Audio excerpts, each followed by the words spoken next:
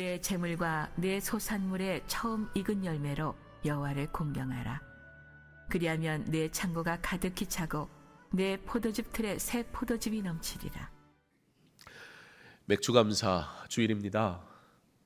하나님께 감사할 제목들이 넘치는 그런 은혜의 시간 되기를 기도합니다. 이번 주는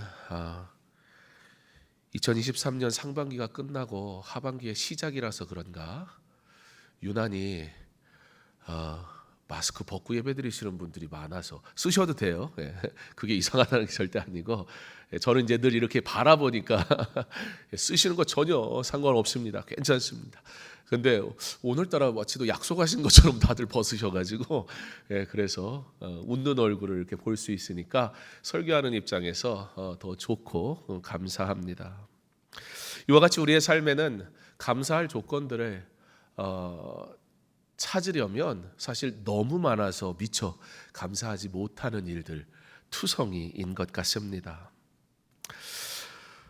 지난주에 말씀드린 것처럼 자리에 이름이 있습니다. 야 진짜 붙였네.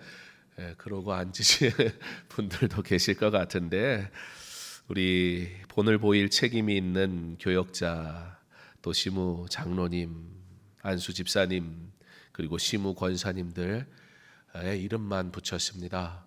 사실 이름 붙이면서 저희 가장 큰 고민은 우리 은퇴하신 장로님들, 권사님들이 서운해하시면 어떡하나.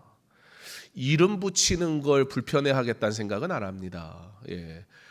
그런데 빠졌다고 서운해하시면 어떡하나.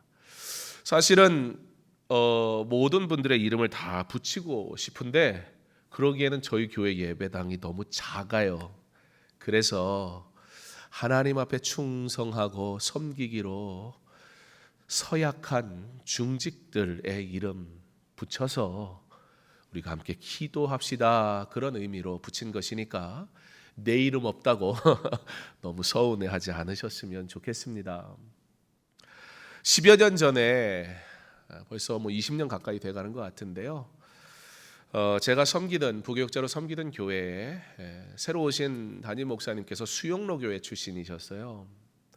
그래서 그 수영로 교회로 탐방을 간 적이 있었습니다.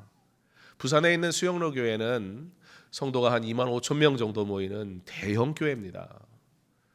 예배당에 앉으면 뒷자리에 가서 앉으면 저희 교회는 아무리 뒤에 앉아도 제 얼굴이 다 보이지만 그겐 뒤에 가서 앉으면 목사님 얼굴도 안 보이는 어마어마하게 큰 교회예요. 교회가 가지고 있는 시스템들 또 세거족부를 어떻게 운영해야 될지 이런 것들 그런 것들을 이제 저희가 좀 듣고 배우고 자료도 얻고 하기 위해서 한 20명 정도 되는 교역자들이 같이 이제 수영로 교회를 가게 되었습니다. 제가 섬긴 교회도 작지 않은 교회였는데 큰 교회 가니까 위축이 되더라고요. 너무 크니까. 그런데 사실 제 마음에 그런 마음이 있었습니다. 어떻게 보면 생각해 보면 살짝 교만한 마음이었던 것 같아요. 그 교회 탐방을 가는 교회에 무슨 탐방을 가 그런 생각이 들었어요. 교회가 우리가 수고와 열심과 계획이 필요한 건 맞지만 전략이 우선이 돼선 절대 안 되거든요. 여기서 세상에서 사업하듯이 그런 거 하는 데가 아니니까요. 그러니까 이제 제 마음에 그런 불편함이 좀 있었고 또 하나는 딱 도착을 했는데 그 교회 주일학교가 9천 명이래요. 그래서 제가 웃었습니다. 얼마 안 되네. 왜냐하면 여러분 9천이란 수는 엄청난 수잖아요. 그런데 말씀드린 것처럼 주일날 예배 오는 사람이 2만 5천 명이에요. 제적은 훨씬 많다는 얘기죠. 저희 교회가 출석하는 분이 저희 교회 전체 성도가 아니잖아요. 그죠? 못 나오신 분들이 격주로 이렇게 오시는 분들도 계시고 직장이나 여러 가지 이유로. 그러니까 사실 제적은 훨씬 많다는 거죠. 그래서 주일 학교가 9천 명인데 주일 예배 출석이 2만 5천이면 그냥 적게 잡아서 3만 명, 3만 5천 명이 제적이라고 잡아도 훨씬 그거보다 많을 것 같은데요. 그러면 어른 성도의 30%도 안 되는 숫자인 거예요. 아이들이. 제가 그때 제가 섬기던 교회에서 작년이 한 1,500명 되는 교회였는데 제가 주일학교 교육국 총괄이었거든요. 교육국 전체 담당자. 그때 저희가 주일학생 예배 출석만 평균 650명 이렇게 했었기 때문에 비율로 따지면 우리 주일학교가 훨씬 크더라고요. 그렇잖아요. 3만 명, 4만 명의 자녀만 와도 9천 명은 넘고도 넘겠더라고요. 무슨 얘기를 드리는 거냐면 그런 교만한 마음이 있었다고요. 배우긴 뭘 배워. 수영로 교회에 유명한 교회니까 수영로 교회에 이제 탐방을 가서 이런저런 참 좋은 이야기들을 들었고 확실히 규모 있는 교회들이 거기는 이제 교구 하나에 부목사님 한 분이 한 1,000명에서 1,500명을 맡아요. 그리고 부목사님을 돕는 여전도사님이 둘이 있고 간사가 둘이 있어요. 그러니까 사실 뭐 사역을 하기는 굉장히 좋죠. 일하는 사람들이 굉장히 많으니까. 그래서 배울 것도 많이 있었고 많은 것들을 들었는데 사실 지난 후에 제 기억과 마음에 남는 건 딱 하나였어요. 사실 거기서 가서 뭘 배우긴 배워라고 생각했던 그 교만한 마음이 딱 무너졌던 순간이 있는데 그게 뭐냐면 이런 것 저런 걸 설명을 해주는 중에 이제 본당을 보여주신 거예요. 얼마나 넓은지 그 본당을 이렇게 들어가서 보는데 평일날 오후였거든요. 근데 성도님들이 여기저기 앉으셔가지고 기도를 하시는 거예요. 그래서 제가 물어봤어요. 무슨 특별한 행사가 있느냐? 그랬더니 그게 아니고 수영학교에는 원래 왜냐하면 여러분 주일날 이 본당은 어떤 곳이에요? 아무도 안 오는 곳이에요. 주일날 이 본당은 문 닫혀 있다고요. 그렇죠? 안 와보셔서 모르죠? 닫혀 있어요. 사실 이 본당을 열어야 할 만큼 기도하는 사람이 없다는 얘기죠. 사실 많은 교회들이 주중에는요, 세상에 생각해 보면요, 이처럼 비효율적인 건물은 세상에 없어요. 여러분이 만약에 회사를 경영하신다고 해보세요. 이만한 건물을 지어놓고 일주일에 대부분의 사람이 한 번만 잠깐 왔다 갔나 곳이라면 여러분 이만한 건물이 도대체 왜 필요할까? 사업하면 그거는 사업 잘못하고 있는 거예요. 망하는 길이죠. 이걸 매일 돌려도 지금 될까 말까인데. 근데 사실 어느덧 그게 평일에는 교회에 안 오는 게 그냥 목회자인 저도 그냥 자연스러워져 버렸는지는 모르겠어요. 그래서 제가 물은 거예요. 아니 제가 생각해보면 나중에 웃기더라고요.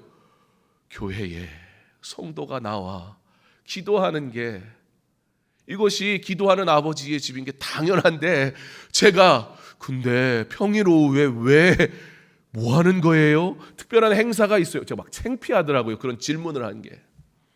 아니에요. 성도들이 나와서 이렇게 기도합니다. 정필도 목사님 돌아가셨어요. 수영로교회 원로 목사님이시고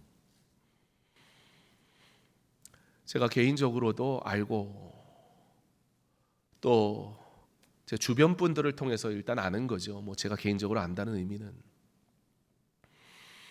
또 저희 작은 아버지께서 미국의 웨스트민스터 박사학위 마치시고 이제 한국으로 돌아오려고 하는데 정필도 목사님이 우리 교회 와서 같이 좀 사역하자 하셔서 부교육자로 좀 계셨어요. 그래서 목사님 목양실에는 사실 대부분 이제 목양실로 들어가지는 않으니까 목사님 만나려면 또 이제 방이 따로 있으니까 이제 특정한 몇몇 교육자들만 들어가죠. 작은 아버지께서 이제 목사님 부르셔가지고 들어간 적이 있는데 매번 들어갈 때마다 궁금한 게 하나 있었던 거예요. 그래서 어느 날은 이제 목사님 말씀하시는 거 듣고 예 그렇게 하겠습니다. 이제 받아 적고는 용기 내서 질문을 하셨대요. 목사님, 근데 저기 있는 철봉은 뭔가요? 목사님이 웃으시면서 말씀을 해주시는 거예요. 목회의 일들을 감당하고 이런 일들을 하다 보면 사실 목사가 기도하지 못하는 때가 참 많은데, 육신은 한계가 있고 기도하는 것이 힘들어서 게을러지고 싶은 순간이 누구에게나 있는데, 그러면 있으면 눕고 싶고 그런 게 인간의 마음이니까. 근데 기도하려고 그러는데 그런 갈등이 생기는 거예요. 그래서 일어나서 기도하시는데 이제 연세가 드시니까 이제 힘이 드시잖아요. 그래서 어떻게 기도를 할까 하다가 철봉을 놔두시고 그 철봉을 이러고 잡고 깨어서 기도하려고. 왜냐하면 자꾸 앉고 싶으니까, 자꾸 눕고 싶으니까, 자꾸 쉬고 싶으니까. 그래서 그 철봉을 이렇게 붙들고 하나님 앞에 기도하는 거예요. 수영록 교회가 25,000명이 출석하니까 좋은 교회가 아니라, 교회가 사람이 많이 모여야 좋은 교회는 아닙니다. 그건 우리가 그런 거에 현혹되지 맙시다. 그러나 한편으로 수영록 교회가 그런 교회 될 수 있었던 것은 목회자부터 하나님 앞에 헌신한 이들이 무엇하더라? 기도하더라. 제 마음에 부교육자 시절이었지만 내가 목회를 한다면, 담임 목회를 한다면 나도 그런 교회에서 사역하고 싶다. 성도들이 주의 성전을 사랑하고 나의 기도의 자리가 있고 그 기도의 자리를 지키고 하나님 앞에 기도하는 그 기도의 소리가 하나님이 기쁘게 받으셔서 어느덧 부흥하고 하나님이 쓰시는 그런 교회, 전략 그런 거 없어도 됩니다. 대단한 섬김, 하나님이 기뻐하시지 않으면 사실 그건 사람의 일일 뿐입니다.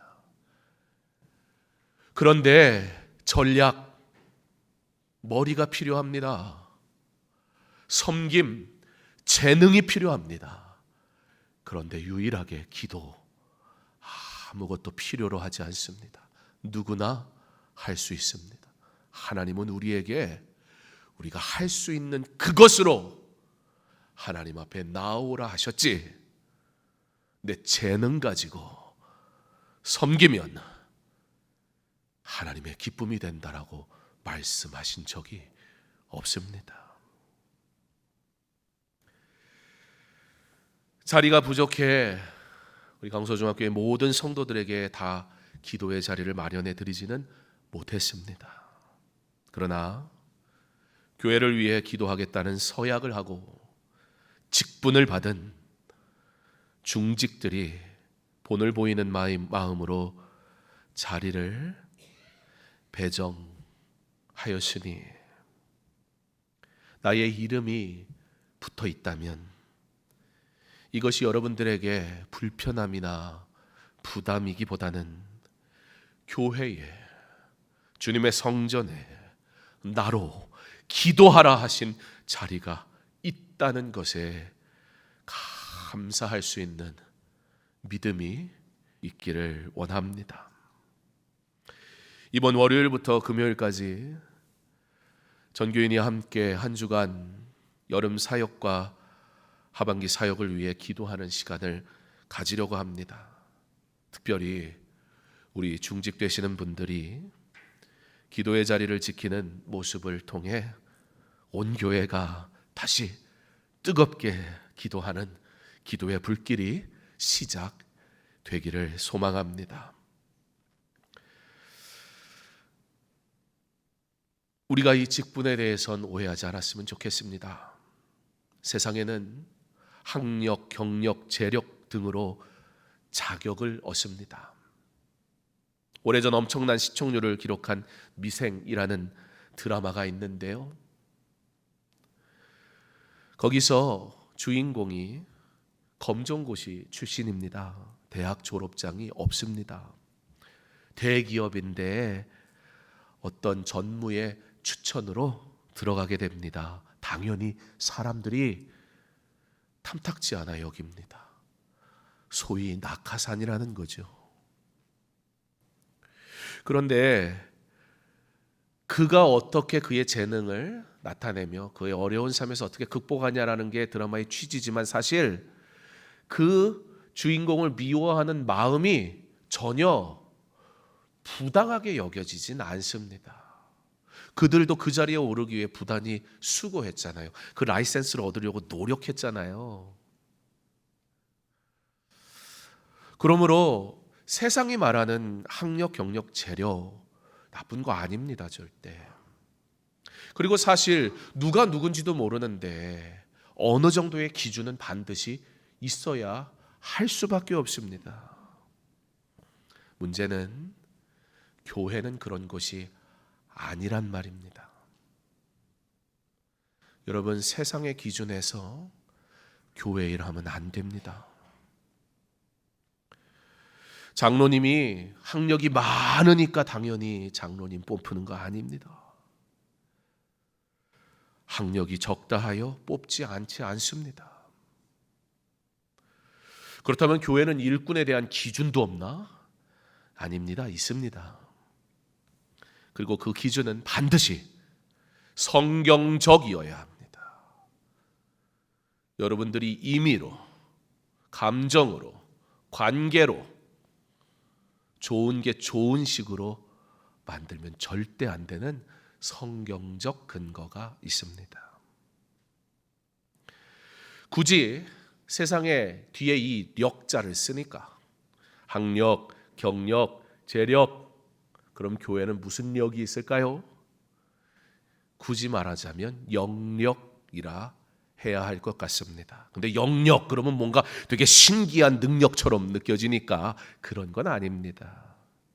그러나 우리에게 주어진 일상을 성실히 살아가되 뭐가 기초된 삶? 말씀과 기도가 기초가 된 그 사람, 그가 누구다? 일꾼이다, 중직이다. 즉 교회의 일꾼의 자격은 말씀과 기도의 사람이 되기를, 완벽하게 하는 사람 말고 그렇게 살아가기를 몸부림치는 사람 말입니다. 말씀과 기도 없이 일하는 사람은 교회의 일꾼이라고 하지는 않습니다. 심지어 말씀과 기도의 시간이 없이 일은 하는 이들을 하나님이 기뻐하시지 않으니 어찌합니까? 그래서 하나님이 기뻐하시는 방식대로 일을 하지 않으면 우리는 어쩔 수 없이 그러한 이들의 특징은 자연스럽게 사람에게 보이길 좋아하게 될 수밖에 없습니다. 하나님이 주시는 기쁨과 만족으로 일하면 사람이 별로 신경이 안 쓰이거든요. 그런데 하나님이 주시는 감동이 없으면 결국 우리는 찾을 수밖에 없어요. 사람들이 좋아하나? 사람들이 보고 있나? 사람들이 내 섬김을 알아줄까? 은혜가 아니면 우리는 자연스럽게 그 은혜가 없는 자리에 세상의 기쁨으로 채우고 싶은 욕망이 생긴단 말입니다. 섬김이 감사가 되는 삶, 바로 말씀과 기도로 성령 충만하여 날마다 감사가 넘치는 삶, 그게 바로 예수 믿는 저와 여러분에게 허락하신 하나님의 은혜의 삶인 것을 기억하시기 바랍니다. 자, 감사절이니까 우리 감사의 일들을 좀 한번 생각해 보면 좋겠습니다. 여러분, 우리의 삶에 감사할 것 딱 두 가지만 얘기해 봅시다라고 하면 어떤 것 말씀하시겠습니까? 대학, 승진, 결혼, 출산, 자녀, 건강. 아차, 오늘 주일이지, 교회지, 조금 더 신령한 것을 구해보자. 사실 여러분 방금 말씀드린 이 모든 것들도 거룩하지 않은 게 아닙니다. 우리의 거룩함은 우리의 일상 중에 하나님이 주신 모든 것이어야 합니다. 그러므로 사실 여러분 승진도 결혼도 출산도 자녀도 건강도 이 모든 것이 하나님 안에서는 거룩한 은혜의 일이어야 합니다. 근데 요거를 분리를 시켜놔요. 그러니까 이게 뭐가 돼요? 내 것이 돼버리는 거예요. 하나님으로부터 와야 하는데. 어쨌든 조금 더 교회 중심적으로 한번 생각을 해보자면 무엇이 감사한가? 믿음, 내게 주신 믿음, 내가 받은 구원, 주께서 나에게 허락하신 교회, 오늘 내가 드리는 이 예배, 주님이 그럴 수 없는 나임에도 불구하고 주신 이 직분, 그런 나를 통해 섬기게 하신 은혜의 자리. 사실 두 가지만 감사한 거 얘기해 봅시다. 너무 많습니다. 생각해 보니 우리가 받은 은혜들이 참 많더라는 것입니다. 여러분, 왜 우리의 삶에 감사의 일들을 줄여보려고 해도 줄어지지가 않을까요? 우리의 감사는요, 다분히 어떻다? 나를 통해서 시작하더라는 것입니다. 하나님 앞에 감사합니다라고 고백하는 것들의 대부분은 무엇입니까? 내가 갖고 싶었으나 나의 능력으로 가질 수 없었던 그 무엇, 내가 간절히 원하고 소망하는 그것이 이루어졌던 그 사건, 우리의 감사의 고백이 왜 지속적이지 않을까요? 나의 필요로 의해 얻어지는 감사는 그 필요가 사라지는 순간 더 이상 감사의 제목이 될 수가 없게 되기 때문입니다. 화장실 들어가기 전하고 나올 때하고 완전 달라집니다. 들어가기 전에 간절하잖아요. 그 안에 있는 사람에게 뭐든지 줄 수 있을 것 같잖아요. 일단 들어간 다음엔 그 사람 욕부터 해요. 그죠? 어휴 진짜. 나온 다음엔 무슨 일이 있었는지 기억도 안 나요. 우리의 감사들이 왜 감사로 온전히 지속적으로 고백되지 않을까? 우리의 감사는요, 특정한 상황이나 환경이나 문제나 조건에 의해서 어떻게 나로부터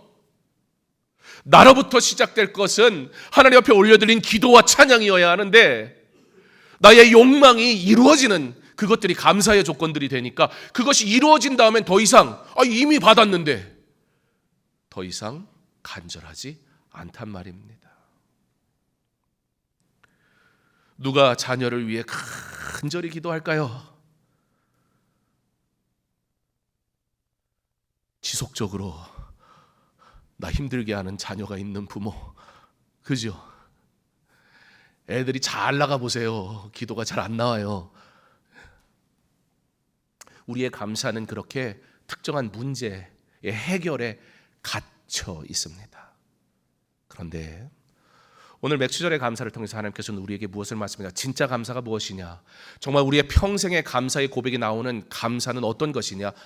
하나님으로부터 오는 감사, 위로부터 오는 감사, 바로 하나님이 주시는 은혜가 감사가 될 때 그 감사는 영원할 수밖에 없습니다. 오늘 맥주절은 이 맥주절을 지켜야 할 굉장히 중요한 이유 두 가지 은혜를 우리에게 말씀하고 있습니다. 자, 이 맥주절에 주시는 하나님의 두 가지의 은혜를 우리가 이해하려면 먼저 출애굽기로 돌아가야 합니다. 출애굽 사건에서 시작돼야 된단 말입니다. 출애굽 사건을 통해 절기를 이해해야 됩니다. 절기를 이해하고 나면 하나님의 두 가지 은혜, 우리가 영원히 누려야 할 은혜가 무엇인지 알게 됩니다. 430년 애굽에서 종살이하던 이스라엘 백성들의 기도를 들으시는 하나님께서는 그들을 이제 구원하시겠다라고 하십니다.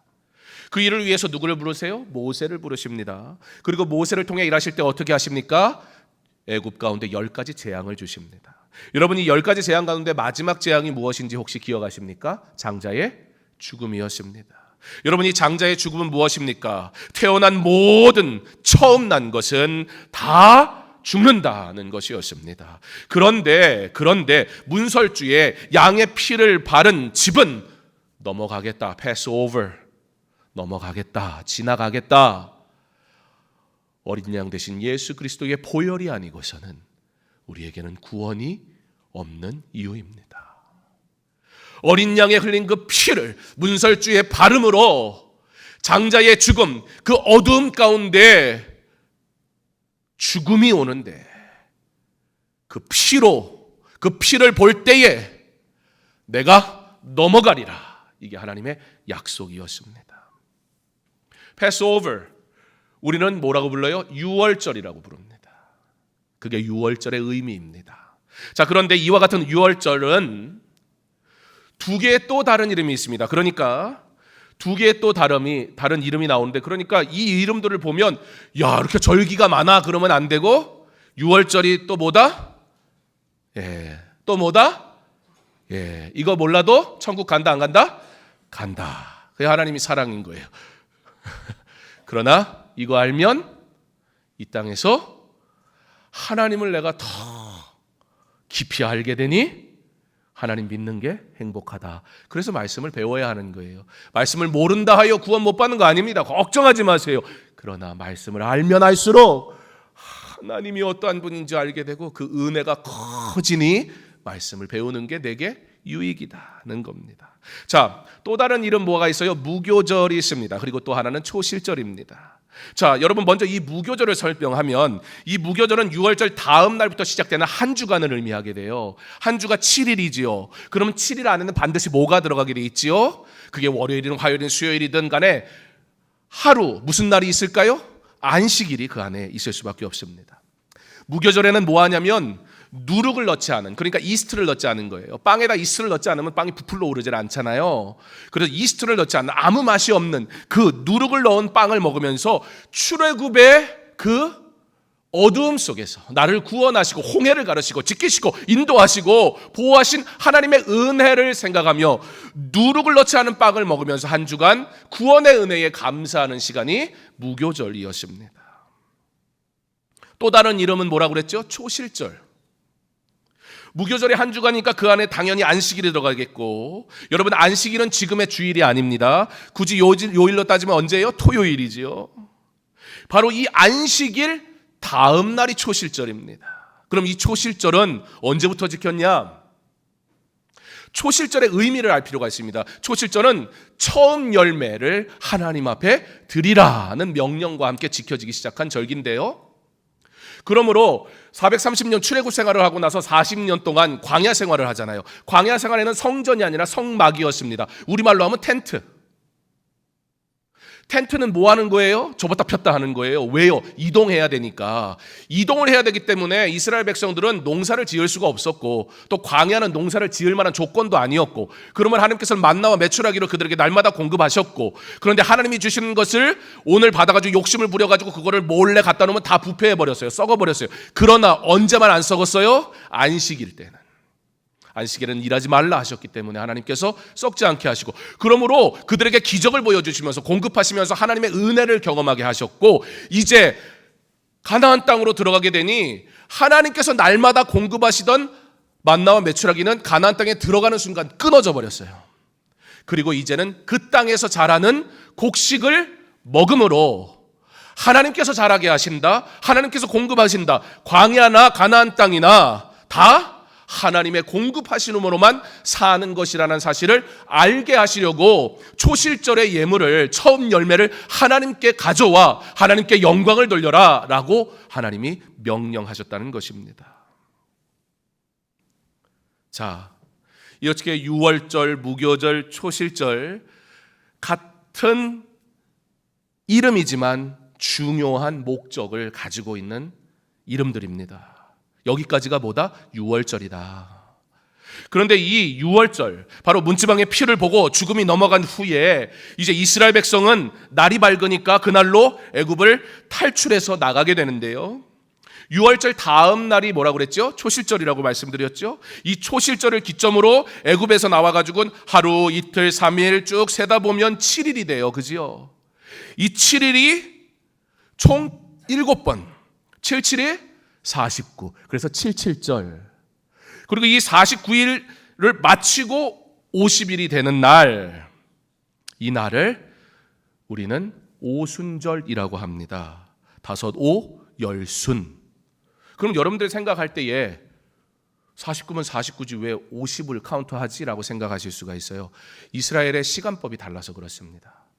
사도행전에 보면 요한과 베드로가 제9식 기도 시간에 성전 미문에 앉아 있는 구걸하는 사람에게 가서 은과 금은 내게 없지만 내가 있는 것을 내게 주노니 곧 나사렛 예수 이름으로 일어나 걸으라 라고 선포할 때 그가 일어나서 뛰며 여호와를 예수님을 찬양하는 그 내용을 우리가 아시죠? 그 말씀이 사도행전에 어떻게 시작해요? 제9시 기도 시간에 그렇게 시작하잖아요. 제9시는 우리로서는 똑같은 9시가 아니라 오후 3시예요. 그러니까 시간 개념이 다르다는 거예요. 왜 다르냐?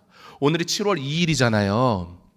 그럼 7월 2일이 언제 끝나냐면 여러분 7월 2일이 끝나려면 몇 시가 돼야 돼요?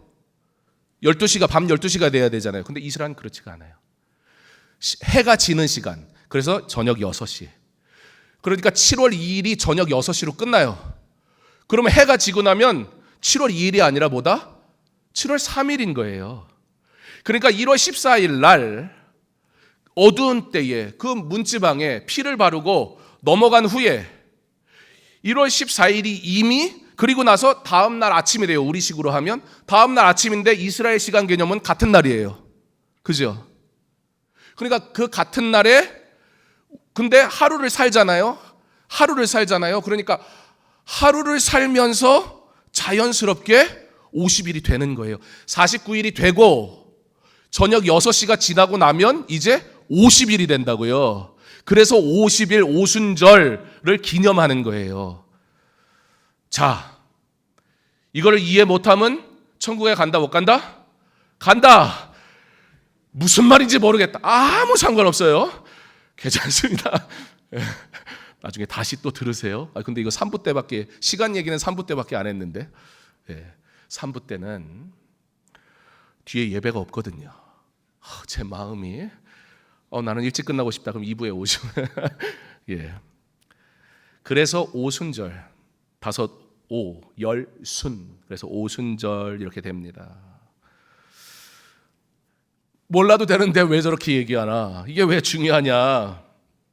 여러분 애굽으로부터 구원받은 6월절 다음 날 초실절부터 하루 이틀 해가지고 50일이 되는 날이 오순절이라고 말씀을 드렸잖아요. 이 오순절은요 이스라엘에게 특별한 은혜가 임한 날이에요. 처음 광야로 출애굽해서 나가가지고 맞이하는 그 오순절에 이스라엘 백성이 어디에 머물게 되냐면 시내산에 가게 됩니다. 그리고 그 시내산에서 하나님이 뭘 주시죠? 십계명을 주세요. 하나님의 말씀을 받은 날이 언제다? 오순절이다. 이 오순절 절기가 있는 때 그 어간이 이스라엘은 총 3번 추수를 합니다. 그래서 우리가 추수감사절에서 가을에 추수하는 그때는 과일 추수를 하는 때예요. 그래서 우리 장식할 때 과일로 장식을 하십시오 하는 거예요. 사실 그때 추수감사절은 곡식 추수가 아니거든요. 그럼 곡식 추수는 언제 하냐? 바로 이 이스라엘 1월 15일 날 나오게 되는데요. 출애굽한다고 그랬는데요. 그런데 이스라엘은 7월이 새해예요. 그러니까 우리 달력 1월하고는 개념이 다르다고요. 그래서 6월절 시작되는 그때가 우리는 6월절 절기를 안 지키잖아요. 근데 6월절이 아니라 우리는 뭘 지켜요? 부활절을 지키는 거예요. 6월절 어린 양 대신 예수 그리스도. 그때 예수님이 십자가에 달리셨잖아요. 그러니까 성경은 우연이 아니에요.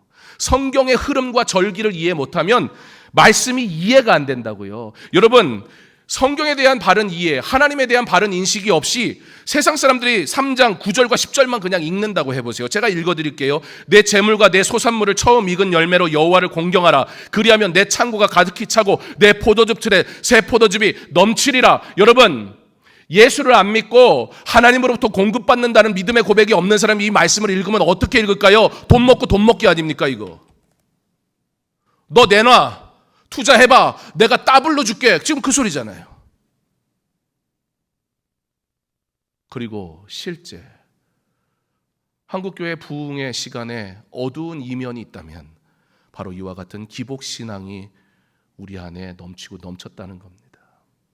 예수 믿는 이유가 무엇입니까? 오늘 하나님 앞에 예배하는 이유는 내 삶이 그러면 잘 될 것 같아서 오신 거 아니잖아요. 하나님 앞에 드리는 예물이 무엇입니까? 이 절기를 기억하라는 이유가 무엇입니까? 하나님께서는 오늘 말씀에 그러므로 어떻게 하라? 내 소산을 드림으로 어떻게 이거 하는 게 뭐다? 여호와를 공경하라. 하나님이 누구신지 알라는 거예요. 광야에서 마추라기와 만나를 주심과 같이 이 땅에 살아가는 우리의 모든 소득도 하나님으로부터 오는 것이지 너의 능력, 너의 실력, 너의 물질이 아니라는 거예요. 그런데 만나가 떨어질 때는 이건 절대적 하나님의 은혜라고 생각했건만 내 봉급, 내 수고, 내 아이디어, 나의 무엇, 이것은 다 어느덧 내가 주인이 돼버리고 그것을 내어놓을 때 고민하기 시작한다는 거예요. 그런 우리의 연약함을 아시는 하나님은 우리는 오직 하나님의 은혜로 사는 자인 것을 알기 원하셨고, 그러므로 소산의 첫 열매를 반드시 하나님 앞에 드리라. 하나님이 우리에게 물질 내놓으라는 얘기가 아니라, 그러므로 너의 삶의 필요는 어떻게 하시겠다? 내가 반드시 채우겠다. 너는 무엇 해라? 너는 하나님만 섬겨라. 하나님과 딜하면 안 됩니다. 무엇을 했으니 얻어내는 것이 아닙니다. 그러면 내가 열심히 일하는 순간 하나님 앞에 승질이 나기 시작합니다. 내가 어떻게 섬겼는데 하나님은 왜 복 안 주시느냐고 성경에 그런 말씀이 써 있지 않은데, 하나님의 말씀조차도 내 욕망으로, 우리는 감사도 어떻게 한다고요? 나의 욕구와 나의 욕망이 응답되고 들어지는 것에 감사의 조건을 찾으니 그게 되어져 버렸을 때 더 이상 감사하지 않는다고요. 그러나 하나님이 누구이신가? 그가 하나님 되심으로 우리에게 임하실 때, 오순절의 시간을 통해, 이 오순절의 시간은 계절적으로 보면 가장 먼저 보리 추수를 하는 거예요. 대맥. 그리고 나서 조금 뒤에 또 추수를 한 번 더 하게 되는데, 총 3번 있다고 그랬잖아요. 그때 밀 추수를 하는 거예요. 소맥. 그래서 우리가 이 맥추 감사절을 지키라 말씀하시면서 그때에도 하나님이 주신 것으로 감사함으로 그 재물을 가지고 나오라 말씀하시는 겁니다. 하나님은 이 맥추절을 통해 2가지 중요한 감사를 그러므로 드리게 하셨습니다. 첫째는 앞에서 말씀드린 것처럼 6월절 다음 날부터 50일, 그러니까 오순절에 하나님께서 말씀으로 그의 계명을, 그의 율법을 우리에게 주신 은혜, 현대사회 말로 바꾸면 법, 규칙을 주셨다고. 근데 이 법과 규칙은 어떤 규칙이다? 영원히 변하지 않는 법. 하나님의 법을 따라 살아가는 사람들은 누구다? 하나님의 백성이다. 하나님의 법을 세상과 구별이 되는 거예요. 이스라엘 사람들은 하나님이라는 신이 준 법을 따라 산대. 그러므로 이방인들이 뭘 보는가 하면, 아, 저 사람들은 하나님 믿는 사람이구나. 그리스도인은 하나님이 주신 법을 따라 산대. 그러므로 우리 주변에 있는 사람들이 뭘 보는 거예요? 아, 저 사람은 예수 믿는 사람이구나. 사랑하는 성도 여러분, 여러분의 일상에서 여러분들은 그리스도인으로 구별되어 살아가고 있습니까?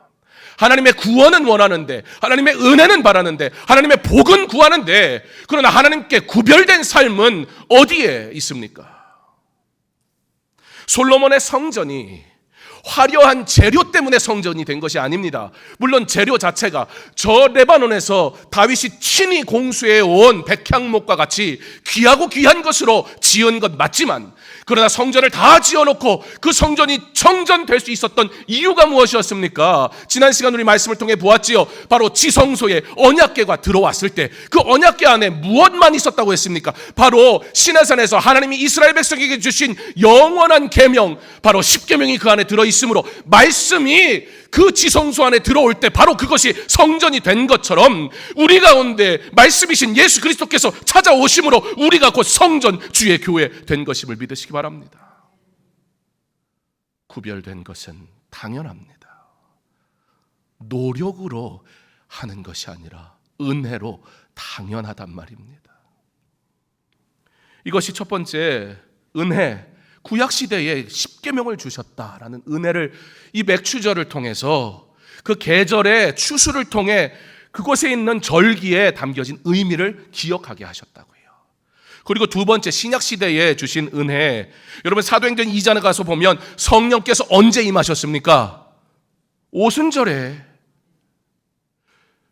구약의 오순절에 돌판에 새겨진 하나님의 말씀을 받았다면 신약의 오순절에 돌판에 새겨진 돌이 아니라 우리의 마음속에 성령께서 찾아오셔서 그 말씀으로 채우셨습니다.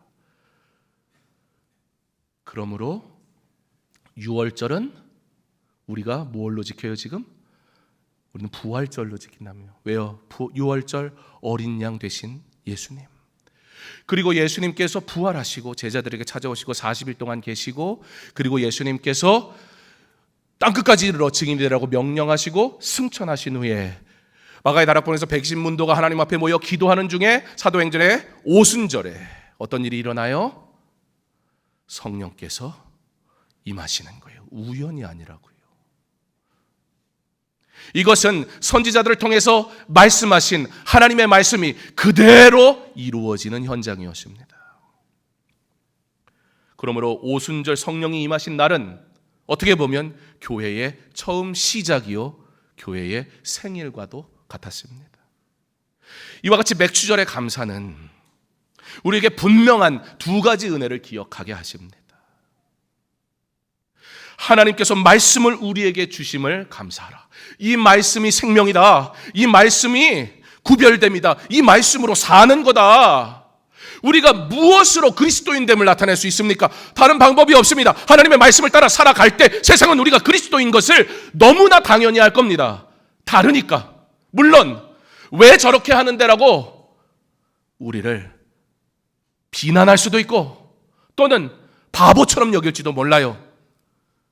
주일날 이 시간에 다 자고 싶지 누가 와서 목소리도 큰 목사가 소리 지르는